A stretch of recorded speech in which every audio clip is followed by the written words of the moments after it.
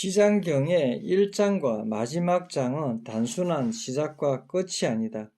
불교 경전들은 처음과 끝에 전체 철학을 압축해 숨겨두는 경우가 많다. 특히 지장경은 1장 왜 지장보살이 나타나는가, 마지막 장 그 가르침을 인간이 어떻게 이어받는가를 상징적으로 보여준다. 산스크리트 철학으로 보면 이것은 무명 속으로 내려가는 자비와 그 자비를 삶 속에 구현하는 수행의 구조라 볼 수 있다. 지장경 1장 도리천궁 신통품. 먼저 장소부터 상징이 깊다. 도리천은 산스크리트어로 트라야 스트림샤, 즉 33천, 삼삼천을 뜻한다. 이는 단순한 하늘나라 묘사가 아니다. 고대 인도 철학에서 하늘은 의식의 차원을 상징하였다. 즉 도리천은 욕망을 어느 정도 초월한 높은 의식 상태를 의미한다. 그런데 매우 중요한 점은 부처가 여기서 누구를 위해 설법하는가? 바로 어머니를 위해서이다. 부처가 어머니를 위해 설법하는 이유는 이 부분은 엄청난 상징성을 담고 있다. 불교에서 어머니는 단순 가족이 아니다. 산스크리트적으로 맞들어 어머니는 근원, 생성성, 존재를 낳는 힘을 상징한다. 이것은 브라크르티, 자연의 생성 원리와도 연결된다. 즉 부처가 어머니를 위해 설법한다는 것은 존재의 근원을 해탈시키는 것을 상징한다. 더 깊게 보면 인간의식은 늘 근원적 무명에서 태어난다. 그래서 어머니는 생명의 근원, 동시에 윤회의 시작을 상징한다. 부처가 어머니를 제도하는 것은 존재를 낳는 무명의 근원까지 빛을 비춘다는 의미가 있다. 모든 세계의 보살들이 모여든다. 1장에서 수많은 세계의 보살과 신들이 모여든다. 이것은 단순 판타지 장면이 아니다. 대성 불교의 핵심 상징이다.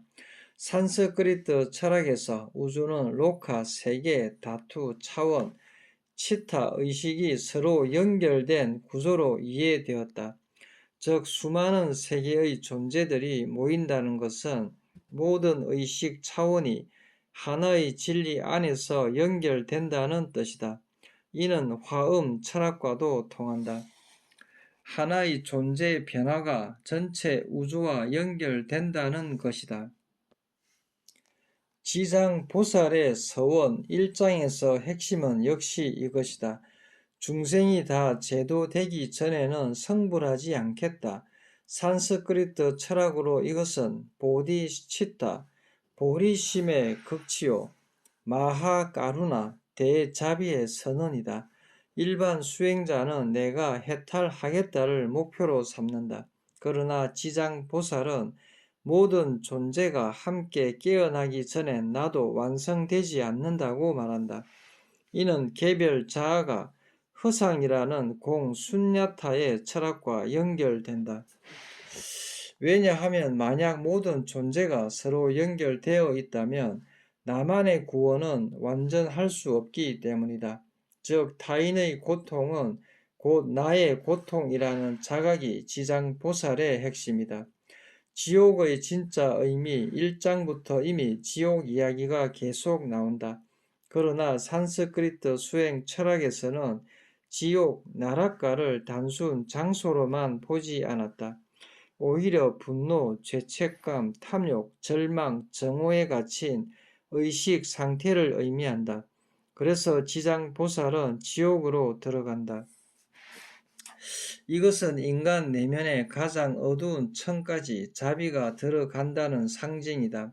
심리학적으로 보면 인간이 외면하는 그림자, 억압된 고통, 깊은 무의식까지도 포용하는 의식이라 볼 수 있다. 마지막 장의 핵심, 부촉 인천품. 부촉은 매우 중요하다. 산스크리트적으로 보면 아드히, 스타나, 가파, 위임, 삼프라다야, 전성의 의미와 통한다. 즉 이 가르침을 이제 너희가 이어가라는 뜻이다. 부처는 마지막에 천인, 보살, 인간에게 지장 보살의 가르침을 맡긴다. 이것은 상징적으로 깨달음은 특정 성인만의 것이 아니라 인간 의식 전체에 전해져야 한다는 뜻이다. 마지막 장의 깊은 뜻, 마지막 장의 핵심은 누구든 지장 보살의 이름을 듣고 믿고 행하면 큰 공덕이 있다는 부분이다. 이를 단순 기복으로 보면 깊이를 잃는다. 산스크리트 철학에서 나마 이름은 단순 호칭이 아니다. 이름은 진동, 의식의 방향성, 존재의 본질을 뜻한다. 즉 어떤 이름을 부른다는 것은 그 존재의 의식 상태와 공명하는 것이다. 그래서 지장을 염한다는 것은 끝까지 포기하지 않는 마음, 어둠 속으로 들어가는 용기, 중생을 버리지 않는 자비와 자기 의식을 연결하는 수행이라 볼 수 있다. 왜 마지막에 인간에게 맡기는가? 이 부분이 매우 중요하다. 부처는 결국 신, 천인, 보살보다도 인간에게 책임을 넘긴다. 왜인가? 산스크리트 철학에서 인간은 마누스야인데 인간계는 특별한 장소로 여겨졌다. 왜냐하면 너무 고통스럽지도 않고 너무 쾌락적이지도 않기에 깨달음을 얻기 가장 좋은 상태라 보았기 때문이다. 즉 인간은 지옥과 천국 사이에서 선택할 수 있는 존재이다. 그래서 마지막 장은 사실 이제 지장 보살의 자비를 너 자신의 삶에서 실천하라는 요청이다. 1장과 마지막 장을 연결하면 처음에는 부처와 보살이 등장한다. 우주적 차원의 자비가 펼쳐진다. 그러나 마지막에는 그 책임이 인간에게 넘어온다. 이것이 매우 중요하다. 즉 지장경은 단순히 보살님이 구해준다가 아니라 궁극적으로는 너 자신이 지장보살의 마음이 되어야 한다는 경전이다. 결국 1장과 마지막 장은 이렇게 연결된다. 처음 우주의 자비가 인간에게 내려온다. 마지막 이제 인간이 그 자비가 되어 세상으로 들어간다. 이것이 산스크리트 대성 철학의 핵심이다. 즉 깨달음은 혼자 도망치는 것이 아니라 고통 속으로 다시 들어가는 것. 그래서 지장보살은 언제나 지옥문 앞에 서 있는 것이다.